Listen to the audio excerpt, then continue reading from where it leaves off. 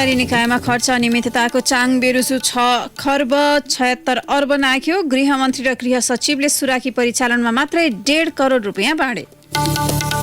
केन्द्रको सिको गर्दै स्थानीय तहमा पनि चरममा आर्थिक व्यथिति। गाडीदेखि साडी किन्दाको खर्च समावेश गर्दा 40 अर्ब बेरुजु। कक्षा 10 का आधा विद्यार्थीले पाठ्यक्रममा रहेका विषयवस्तुको न्यून सिकाइ समेत हासिल गर्न नसकेको अध्ययन प्रतिवेदन। आधा विद्यार्थी कमजोर। भारतको औषधि नियामक निकायद्वारा कोभिड-19 विरुद्ध विश्वकै पहिलो DNA खोप आपतकालीन प्रयोग अनुमति। संक्रमण विरुद्ध 66% काम गरेको दाबी। र फ्रेन्च लिग 1 फुटबलको पछिल्लो खेलमा पेरिस सेन्ट जर्मन PSG विजय। स्पेनिस ला लिगामा रियल बेटिस र कार्डिज बीच बराबरी। नमस्कार, कान्तिपुर डायरीका साथमा साथी केशु र म दिवा। अब समाचार विस्तारमा।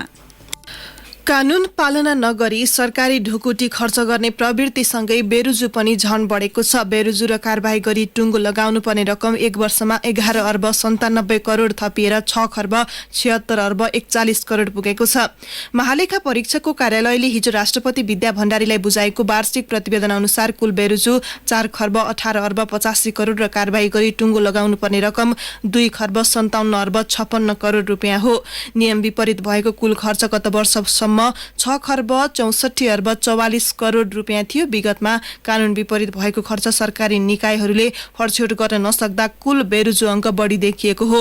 महालेखा परीक्षक टङ्कमणि शर्मा भन्नुहुन्छ, यसको अर्थ सरकारी निकायहरूले विगतको बेरुजु रकम फरछोट गर्न सकिरहेका छैनन् भन्ने हो। अर्कोतर्फ प्रदेश र स्थानीय तहले गर्ने कानून विपरीतको खर्च पनि बढ्दो छ। 2075 को प्रतिवेदन अनुसार स्थानीय तहको बेरुजु 24 अर्ब रुपियाँ थियो। त्यसपछिको वर्ष 38 अर्ब रुपियाँ बेरुजु र आर्थिक वर्ष 76-77 मा यस्तो रकम करिब 41 अर्ब रुपियाँ पुगेको छ। प्रदेश अन्तर्गतका सरकारी कार्यालयमा समेत यस्तै अवस्था छ। 2075 को प्रतिवेदन अनुसार 19 करोड रुपियाँ मात्रै बेरुजु रहेको थियो। त्यसपछिको वर्ष 8 अर्ब 20 करोड रुपियाँ बेरुजु भयो। 2076-77 मा प्रदेशको बेरुजु 6 अर्ब 50 करोड रुपियाँ छ।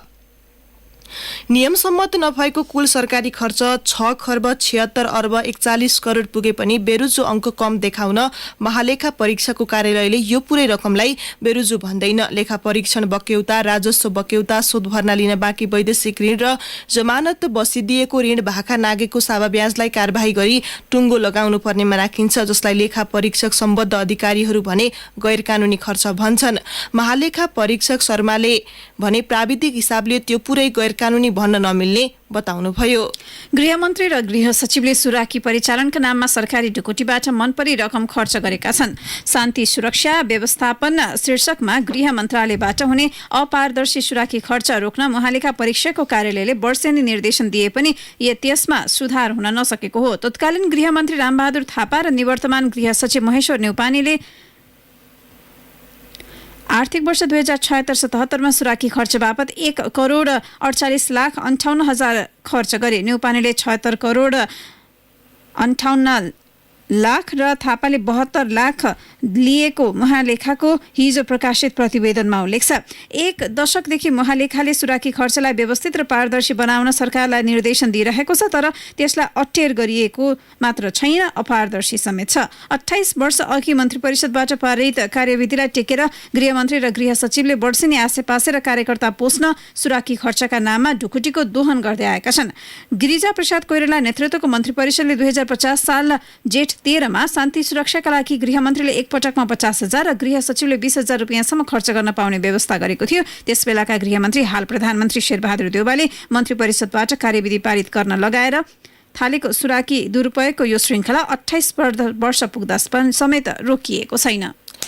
स्थानीय तहले आर्थिक वर्ष 2076-77 मा ऐन विपरीत करोडौं रुपियाँ खर्च गरेका छन्। साडी, कुर्ता, ग्यास चुलो, ड्रोन, मोबाइल खरिददेखि सल्लाहकार र स्वकीय सचिव नियुक्ति गरेर ऐन विपरीतका रकम खर्च गरेको पाइएको महालेखा परीक्षकको 58औं प्रतिवेदनमा उल्लेख छ।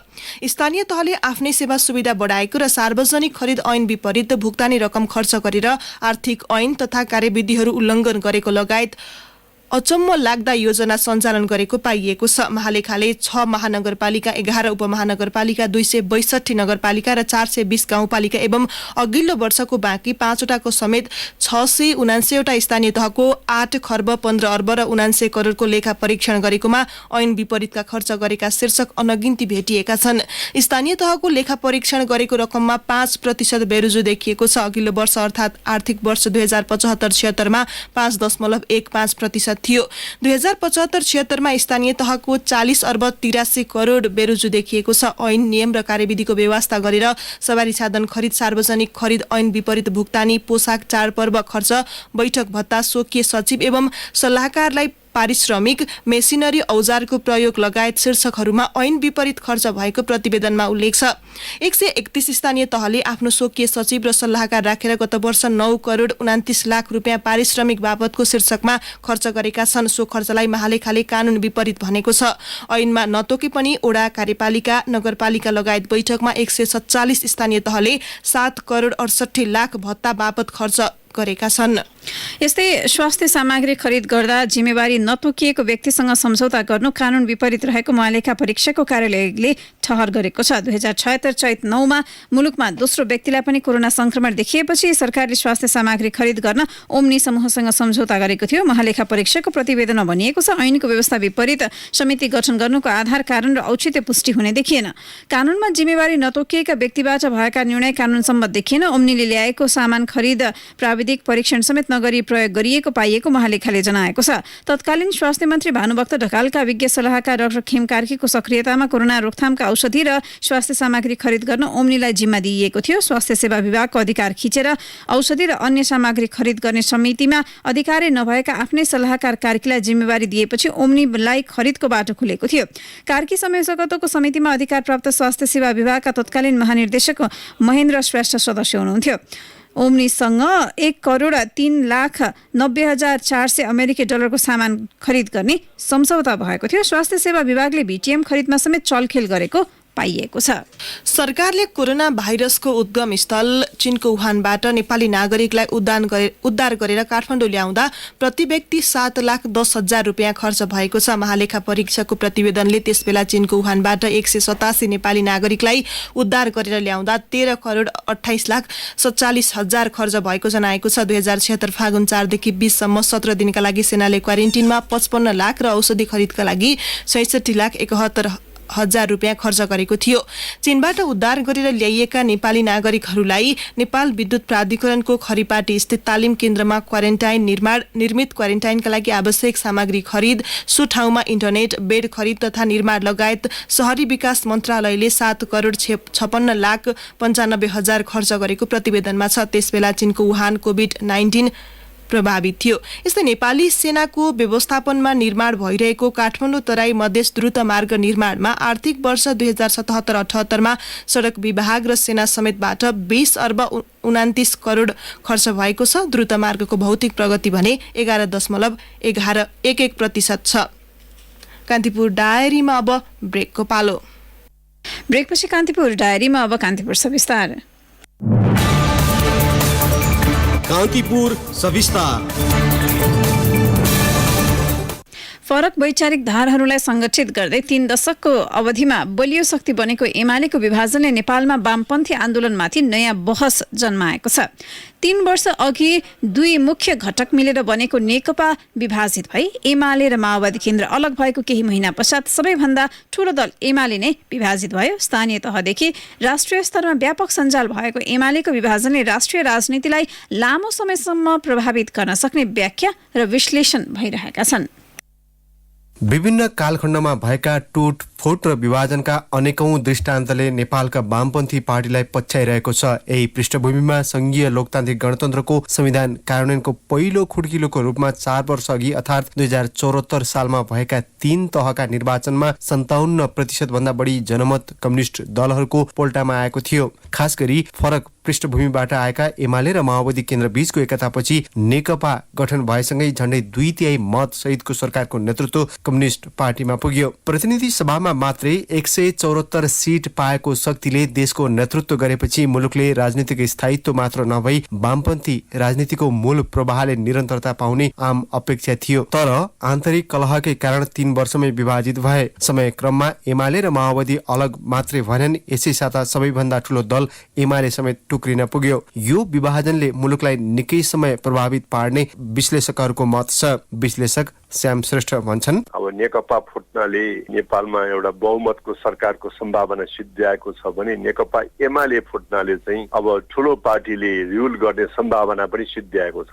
नेपालमा अब राजनीतिक अस्थिरताबाट भनेको अबको चुनावसम्म भइरहनेवाला छ, किनभने कोही पनि दल बहुमतमा छैन। त्यसकारणले एउटा ठूलो रिजल्ट यही परिणाम त यही ल्याएको छ। 50 को दशकको जे रोग हो सरकारमा जानको लागि, सरकारमा टिक्नको लागि जे पनि गर्ने अब यो चाहिँ यो भइरहनेवाला छ। पछिल्ला विभाजनले दल विशेषलाई मात्र नभई लोकतान्त्रिक व्यवस्था र संविधानमाथि संकट ल्याउन सक्ने भन्दै चिन्ता व्यक्त भएका छन्। देशभर संगठित सञ्जाल भएको एमाले विभाजनले राजनीतिक अस्थिरताको खेल सुरु हुन सक्ने देखिन्छ। हुन पनि मन्दिर व्यवस्थापन समितिदेखि वन, कुलो पानी, टोल विकास, आमा समूह, विद्यालय व्यवस्थापन, वैदेशिक रोजगारी, कर्मचारी, ठेकेदार, कामदार, गैर सरकारी संस्थासम्ममा एमालेको मजबुत संगठन थियो। तैपनि एमाले आन्तरिक किचलोका कारण सिद्धान्त अनुसार मुलुकलाई अघि बढाउन सकेन र भनिँदैछ कम्युनिस्ट पार्टीहरू सिद्धान्तहीन भएका छन्। प्राध्यापक लोकराज बराल, कम्युनिस्ट यहाँ छँदै छैन, कोही पनि ब्यानर मात्रै हजे हटौडा त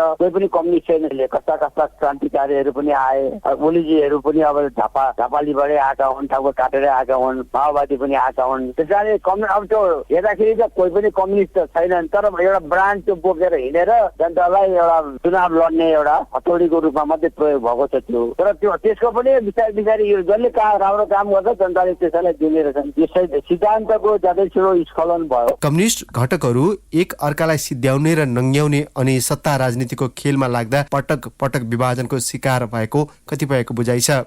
एमाले भित्रकै पछिल्लो उदाहरण हेर्ने हो भने पनि विभाजन सैद्धान्तिक वा वैचारिक बहस भन्दा पनि ज्यादा शीर्ष नेताहरू बीचको आपसी मतभेद र शत्रुतापूर्ण व्यवहारका कारण भएको देखिन्छ।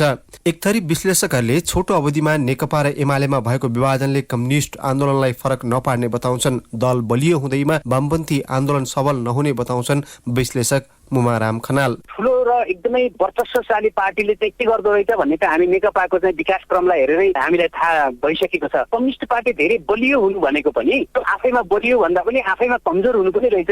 त्यसैले यसले कम्युनिस्ट आन्दोलनलाई कुनै क्षति गर्छ अथवा नेपालमा भनिएको वामपन्थी आन्दोलनलाई यसले चाहिँ धेरै ठुलो असर गर्छ जस्तो मलाई लाग्दैन थियो। किनभने वामपन्थी आन्दोलनको इतिहास नै एकता, टुटफुट, फेरि एकताको इतिहास छ। फेरि यी पार्टीहरू अर्को निर्वाचनसम्म एक हुन पनि सक्छन्। निर्वाचनमा हुने अपारदर्शिता, सत्ताका लागि हुने गरेका अप्राकृतिक गठजोड, कमिसन तन्त्र, भ्रष्टाचार जस्ता राजनीतिक विकृतिको छायाबाट नेपालका वाम पार्टीहरू पनि अछुतो रहन सकेनन्। समाजवादलाई गन्तव्य ठाने तीनै दलहरूले सिद्धान्त र विचार अनुसार आफूलाई अघि बढाउन नसक्दा बिहोरेको यो क्षतिबाट आगामी दिनमा पाठ सिकुन् भन्ने आम अपेक्षा छ। रेडियो कान्तिपुरका लागि अनिल परियार। कान्तिपुर सविस्तार।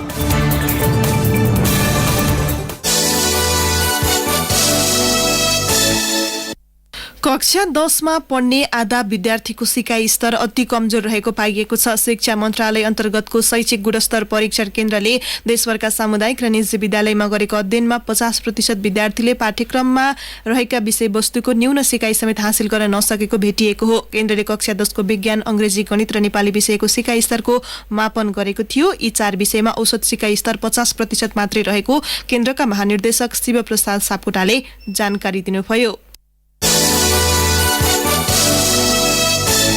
शिक्षा मन्त्रालय मार्फतका निकाय भन्दा यस अन्तर्गतका विश्वविद्यालय, प्रतिष्ठान, बोर्ड र संगठित संस्थामा अनियमितता र बेरोजु बढेको पाइएको छ। शिक्षा क्षेत्रमा 5 अर्ब 63 करोड बेरोजु रहेकोमा मन्त्रालय मार्फतका त्यस्ता संस्थामा 5 अर्ब 43 करोड बेरोजु देखिएको महालेखा परीक्षाको प्रतिवेदन ल्याएको छ। मन्त्रालय मार्फतका निकायमा भने 20 करोड मात्र बेरोजु देखिन्छ।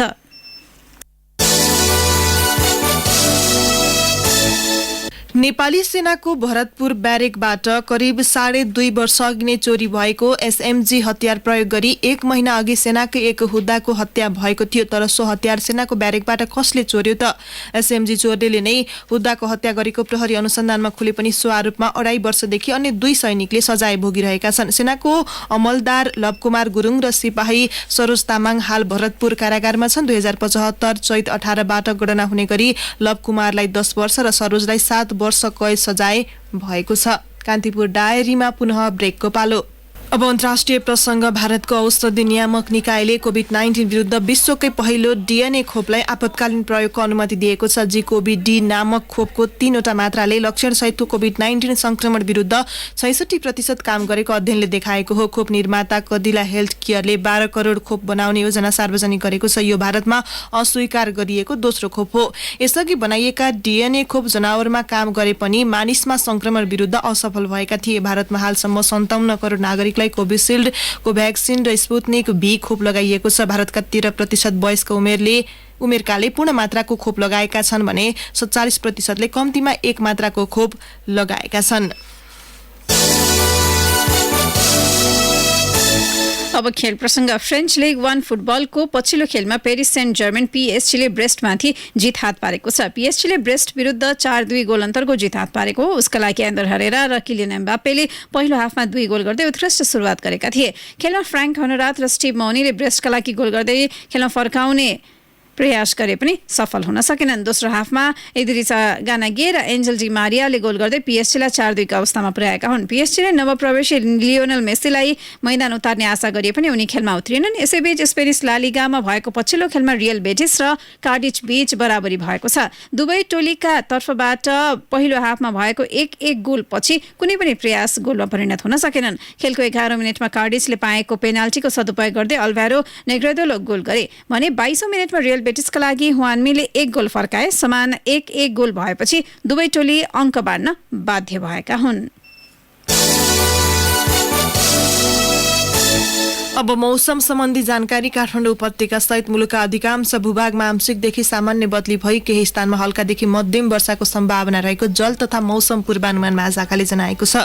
केही बेर अघि 21 डिग्री सेल्सियस मापन गरिएको काठमाडौँ उपत्यकाको अधिकतम तापक्रम आज 26 डिग्री सेल्सियससम्म पुग्नेछ। सूर्योदय बिहान 5:38 भयो भने सूर्यास्त साँझ 6:36 हुनेछ। अवस्था यसका साथै कान्तिपुर डायरीको बुलेटिनको समय यही सकिन्छ। अहिले केही बेरमा प्रसारण हुने नियमित कार्यक्रम द हेडलाइनर्समा हामी निर्वाचन आयोगमा दर्ताका लागि प्रस्तावित नयाँ दल लोकतान्त्रिक समाजवादी पार्टी नेपालका नेता लक्ष्मणलाल कर्णसँग पार्टीको संगठन संरचना, विस्तार र आगामी रणनीति लगायत विषयमा कुराकानी गर्दैछौँ। सुन्ने प्रयास गर्नुहोला। अवस्था यसका साथै साथी केशु र म दिवा बिदा माग्छौँ। नमस्कार।